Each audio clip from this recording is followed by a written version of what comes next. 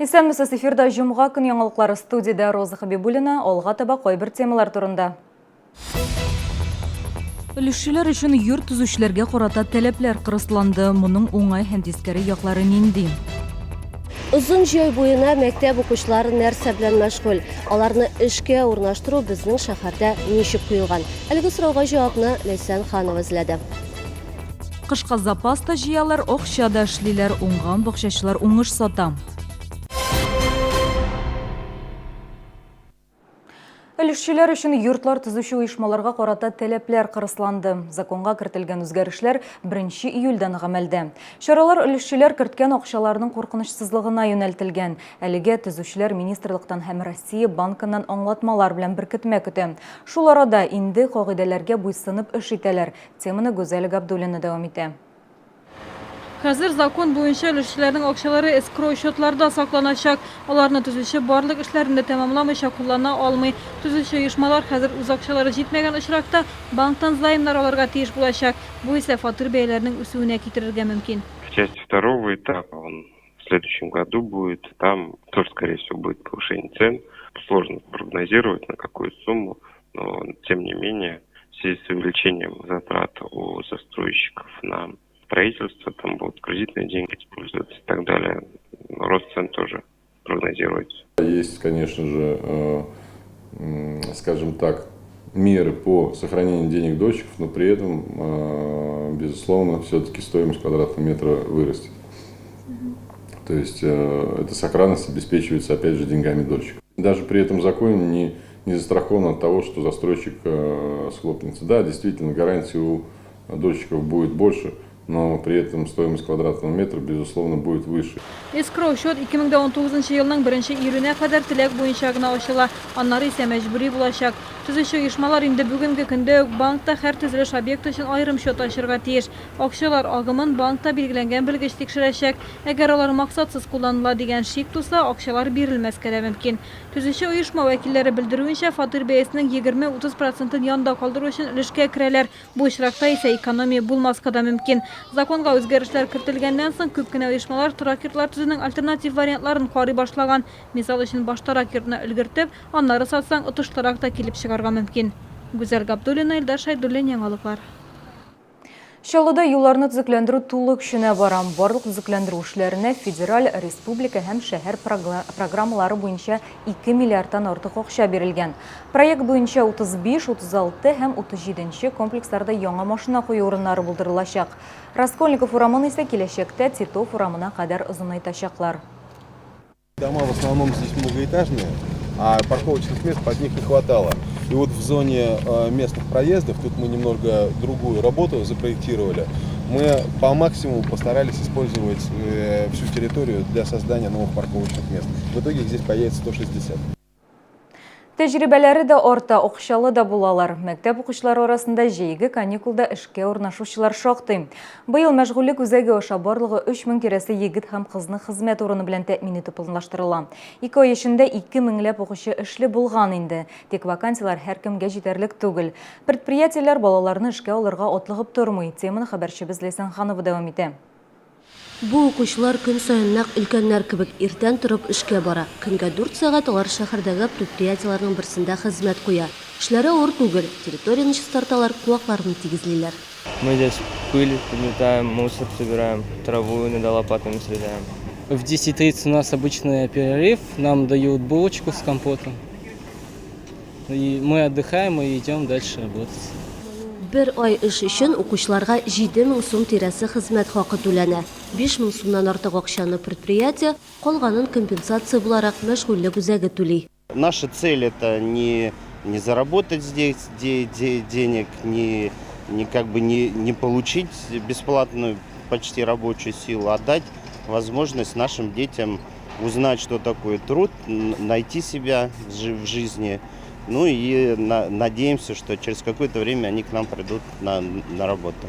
Шәһәрдә 1000нән артык предприятие исәпләнсә, нибары 40-ка якын оешма гына даими рәвештә укучыларга эш урыннары тәкъдим итә.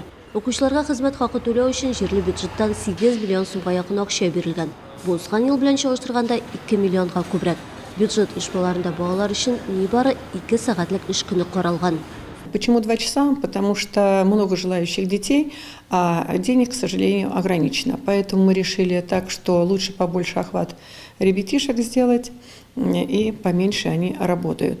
Те дети, которые работают в хозрасчетных, коммерческих организациях, они, конечно, получают значительно больше. Они должны получить не менее, чем минималка 11 163 за полный рабочий месяц. Maddi хәле авыр гаиләләрдә тәрбияләнүче яки исәптә торучы укучыларны эшкә урнаштыруга аеруча зур игътибар бирелә. Быел аларның барысы да, барлыгы 1000-гә якын бала хезмәт урыны белән тәэмин ителәчәк. Эсенханова, Ленар Султанов, Яңалыклар. Оңышлы шыр, оңған бақшачылар үшін июлі нәқ шундай айым. Бақшада жиләге дә, яшілшесі дә молдан үлгірі. Елқауламастан қышлық запас тупларға да, ғайлы бюджетін бойытырға да була. Толыра хабаршыбыз Лейсанханова. Бүгін қияр алып шықтым, суған алып шықтым, укроп, ирге алып шықтым. Гүзәл Ахмадуллина җәен бакчасында яши, шәһәргә сирәк килә. Килгән чиракта сатырга дип уңышында җыеп ала. Бирдә кура җиләгенең 1 стаканын 100 сумга, ирганы 150 сумга саталар. Карлыганның кечкенә җиләге 180 сум, сарымсак 15 сум тора. Бик авыр хезмәт, яз апрель айынан башлыйсың, барырга кирәк, казырга, үстерергә кирәк. Быелгы җылда менә теләк күп, жуклар бик күп, урожайны бик нык киметте. Пенсионерларга ярдәм инде. Үзеңнең ризыгыңны ашыйсың, үзең үтерәсең. Өйдә утырганчы лук, чеснок, ягоды вот эти вот. Барысында үзебез үстердек ди ханым. 30 градус исегә карамастан базарга чыккан. Агынчы иртәнге 3тә торып уңышын җыйган. Күпләр өчен бакча сезоны зур булмаган бизнес булып тора. У нас есть, которые ходят каждый день, есть, которые ходят в неделю 2 раза. У некоторых получается по 300 с лишним. Кыяр помидор сатучылар күп булса да, күп күләмдә мәтрүшкә тәкъдим итүчене сирәк күрәсең. Шәһәрдә инде 10 ел сату өчен үлән җыя. Мәтрүшкәнең бер бәйләме 50 сум тора. Бирдә алар 200-гә якын. Так, сезонно, раза 3-4 съезжу и за месяц даю, все. Җәй кышка запас туплар өчендә акча янчыгын калынайту өчендә менә дигән чир. Бары тик иренмәскә генә кирәк. Эсенханова, Сергей Вильданов, Яңалыклар. 27-нче комплекстагы мәчетнең төп манарасына ай куелды. Сөембикә мәчетенең берничә кече манарасы бар иде инде. Күптән түгел 22 метр биеклектәге зур манара эшләнде. Шатлыклы вакыйгада якын тирә комплексларда яшәүчеләр, Чаллы мәчетләренең имамнары, мөхтәсибәт җитәкчелеге катнашты. Җомга намазы тәмам, әмма халык таралырга ашыкмый, чөнки бүген биредә истәлекле вакыйга. Яңа төзелгән төп манарага ай куела. 22 метрлы корылма мәчет бинасы белән янәшә тора. Аның каркасы тимердән, тышы сайдан. Айны рәис хәзрәт үзе алып менә.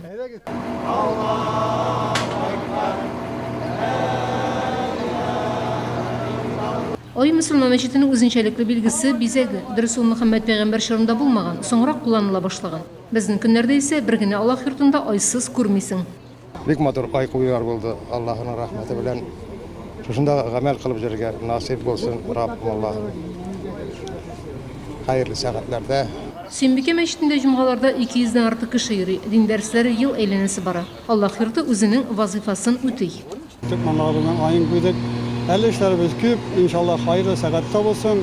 Исән сау хәерле гамәлләр кылырга, намазлар укырга, дәресләр үткәргә, хәерле гамәлләр булсын. Адәм баласын иманга килеп, һәм дә тәрбия чаралар, тәрбия эшләре булып, һәм дә 5 намазларын да укып, һәм дә бәйрәмнәрен дә кылып, шул матур итеп барчаларыбызга, барча шәһәрдәшләребезгә яшәргә Раббыбыз насыйп әйләсен.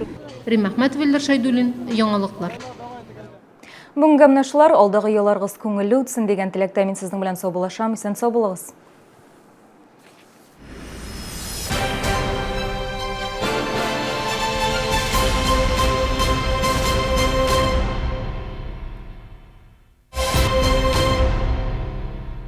Комфортное лечение зубов по доступным ценам. Стоматология «Улыбка». 54 62 31. Компания «Армада» предлагает супер акция на стальные двери. Распродажа от 6000 рублей. На межкомнатные двери современный стиль. На теплицы сезонная распродажа. Скидки до 5000 рублей. На окна энергосберегающий стеклопакет в подарок. Художественная ковка, кованные заборы, навесы, беседки. Качество, надежность, быстрые сроки и цены от производителя.